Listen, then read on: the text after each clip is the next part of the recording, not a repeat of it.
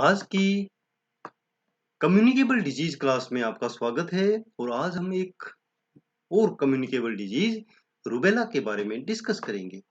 ये लेक्चर आप हिंदी में देख रहे हैं। यदि आप इंग्लिश में पढ़ना चाहते हैं तो आई बटन पर क्लिक करें। वहां से आपको इंग्लिश लेक्चर का लिंक मिलेगा या आप डायरेक्ट चैनल को भी विजिट करके सर्च कर सकते हैं इंग्लिश लेक्चर। रूबेला क्या है?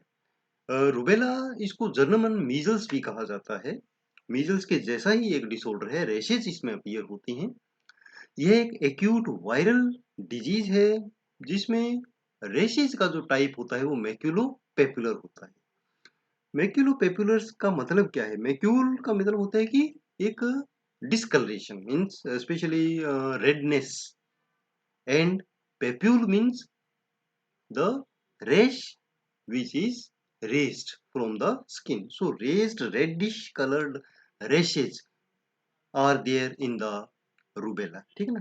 रेड कलर के दाने उसमें होंगे, सॉलिड दाने होंगे। ये एक डिफरेंस है, मैक्यूलोपेपुलर हम इसको कहते हैं।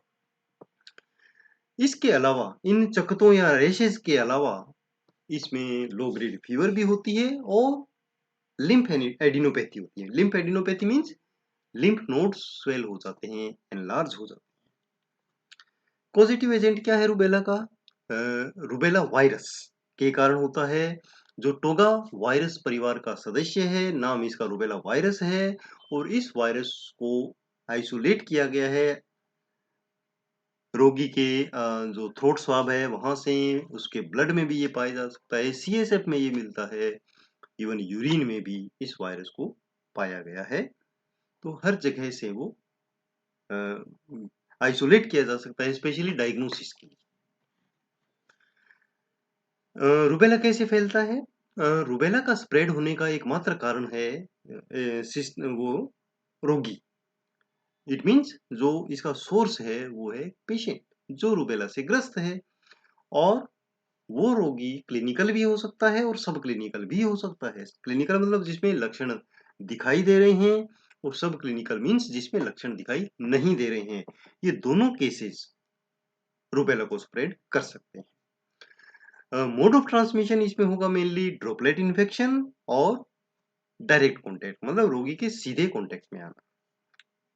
और ड्रॉपलेट इन्फेक्शन का मतलब आपको पता ही है कि जब रोगी खांसता है या छींकता है तो छोटे छोटे ड्रॉपलेट्स बन जाते हैं और वो ट्रेवल करते हैं स्वस्थ हेल्दी व्यक्ति तक और उसको इन्फेक्शन हो जाता है। इसे हम ड्रॉपलेट इन्फेक्शन कहते हैं। अब आता है कि साइन और सिम्टम क्या होंगे। जैसे अभी मैंने आपको बताया कि ज्यादातर जो केसेस हैं, more than 50% means 50 to 65% asymptomatic होता है, मतलब लक्षण होते ही नहीं है। और ऐसे केसेस को हम क्या कहते हैं? सब क्लिनिकल इन्फेक्शन। तो ये ज्यादा होते हैं। जब क्लिनिकल होंगे मतलब जब सिम्टम दिखेंगे तो वो क्या हो सकते हैं? पहले तो सिंपल सर्दी जुकाम वाले लक्षण दिखेंगे, गले में खराश, सर्दी जुकाम और लो ग्रेड फीवर, हल्का फीवर। इसके अलावा रेशेज आने शुरू हो जाती हैं। रेशेज की उत्पन्न होने से पहले जो लिम्फ नोड्स हैं वो स्वेल हो जाते हैं। Post auricular and posterior cervical lymph nodes का एनलार्जमेंट होता है। इसके अलावा छोटे छोटे असतत मतलब नोट कंटिन्यूअस, कहीं कम कहीं ज्यादा गुलाबी रंग के रेडिश कलर के मैक्यूलोपेपुलर रेशेज होते हैं। तो इसे हम आइडेंटिफाई कर सकते हैं कि ये रूबेला है। इसके अलावा थोड़ा सा मीजल्स से हम इसको डिफरेंशिएट कर पाते हैं कि इसके जो रेशेज हैं वो बहुत ही तेजी से उत्पन्न होते हैं और बहुत ही तेजी से डिसअपियर भी हो जाते हैं। लगभग 3 दिन में रेशेज डिसअपियर हो जाते हैं, जबकि मीजल्स में ऐसा नहीं होता है। तो जर्मन मीजल्स को इस प्रकार से भी हम डिफरेंशिएट कर सकते हैं मीजल्स से कि रेशेज जल्दी से आते हैं, जल्दी से डिसअपियर हो जाते हैं, बहुत छोटे छोटे बहुत ज्यादा दाने होते हैं। ठीक है, ओके। उसके अलावा कुछ केसेस में कॉम्प्लिकेशंस हो सकती हैं, और जब कॉम्प्लिकेशन हो सकती हैं तो आर्थेल्जिया हो सकता है, जोड़ों में दर्द हो सकता है, एनसिफिलाइटिस भी हो सकता है। चांसेस कम है पर हो सकता है। थ्रोम्बोसाइटोपेनिक परप्यूरा ये भी एक कॉम्प्लिकेशन के रूप में अपीयर हो सकता है। और सबसे खतरनाक जो कॉम्प्लिकेशन है वो है कि यदि ये रूबेला प्रेगनेंसी के दौरान हो गया है लेडी को, तो बच्चे में जन्मजात विकृतियां हो सकती हैं। ठीक है, जब मैंने जन्मजात विकृतियों वाला चाइल्ड हेल्थ नर्सिंग में चैप्टर पढ़ाया था, तो उसमें मैंने कॉजेज में बताया था कि जो कॉन्जेनाइटल एनोमलीज हैं, उसका एक कारण है रूबेला।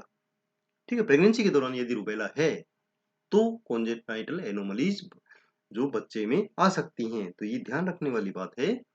इसीलिए जब हम इम्यूनाइजेशन के बारे में बताते हैं, तो जोर दे के यही कहते हैं कि एमएमआर लगवाना बच्चों में जरूरी है, बट जो गर्ल चाइल्ड है उसको तो बहुत ही ज्यादा जरूरी है। ठीक है, चलिए आगे बढ़ते हैं। डायग्नोस्टिक इन्वेस्टिगेशन क्या होगा? वैसे तो लक्षणों को देख के डायग्नोसिस किया जा सकता है, बट सब क्लिनिकल केसेस के लिए थ्रोट स्वाब उसको कल्चर करवाएंगे। थ्रोट स्वाब कल्चर एक तरीका है, और एलाइजा टेस्ट भी इसमें करवा सकते हैं। उसके बाद आता है ट्रीटमेंट। ट्रीटमेंट कोई अगेन वायरल डिजीज है, तो कोई स्पेशल ट्रीटमेंट की इसमें आवश्यकता होती नहीं है। नॉर्मली अपने आप सेल्फ लिमिटिंग डिजीज है। कॉम्प्लिकेशन हो जाए तो बात अलग है। ठीक है, केवल लक्षणों के आधार पर ट्रीटमेंट किया जाता है, जैसे पेन किलर या आराम आराम करे रोगी, रेस्ट को उसको कहा जाता है। और मेन ध्यान ये दिया जाता है कि स्प्रेड ना हो इन्फेक्शन। तो इसके लिए कुछ एक्टिविटीज हमें करनी होती है। क्या कर सकते हैं? इन्फेक्शन को स्प्रेड होने से रोकने के लिए एक तो टीकाकरण। ठीक है, ये बहुत ही अच्छी प्रणाली है, क्योंकि टीका इसका बहुत ही इफेक्टिव है। रूबेला वैक्सीन अकेला भी है, वो यूज कर सकते हैं, लगा सकते हैं। बाकी एमआर और एमएमआर के रूप में, ये कॉम्बिनेशन के रूप में भी अवेलेबल है। और स्वास्थ्य शिक्षा बहुत जरूरी है। 100% इम्यूनाइजेशन के लिए हम स्वास्थ्य शिक्षा देते हैं सबको, कि सभी बच्चों को एमएमआर जरूर लगे। सारा जो रूटीन इम्यूनाइजेशन है वो दिया जाए, क्योंकि इंडिया में तो एमएमआर रूटीन जो इम्यूनाइजेशन शेड्यूल है उसमें शामिल है।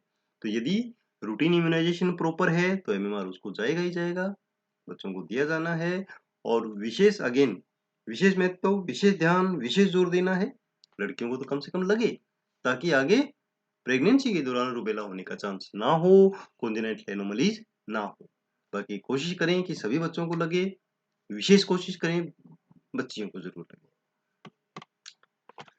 इसके अलावा रूबेला की रिपोर्टिंग, ये भी एक नोटिफाइबल डिजीज है।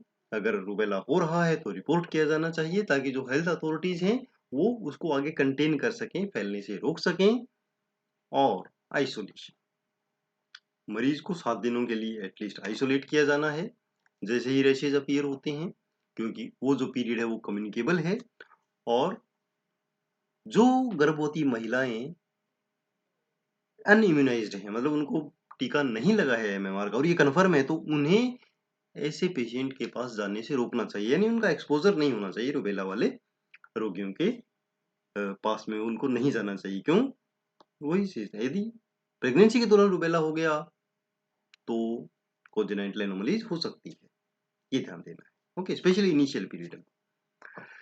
ओके, तो ऐसे ही उपयोगी वीडियोस देखने के लिए आप चैनल को सब्सक्राइब कर सकते हैं, फेसबुक पेज को भी लाइक कर सकते हैं, और नोट्स बनाने के लिए बहुत ही बढ़िया एक आपके पास प्लेटफॉर्म है।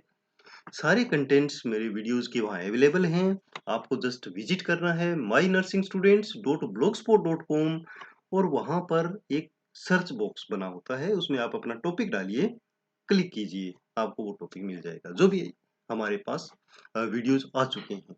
और नए वीडियोस जो आने वाले हैं उसके लिए आप नर्सिंग नोट्स ये ग्रुप ज्वाइन कर सकते हैं। यहाँ पर नोटिफिकेशन आपको आता है लेटेस्ट अपडेट्स के बारे में। थैंक यू स्टूडेंट्स, ऐसे ही आपका सहयोग मिलता रहे और वीडियोस को देखते रहें। बहुत बहुत धन्यवाद आपका। आपका दिन शुभ हो।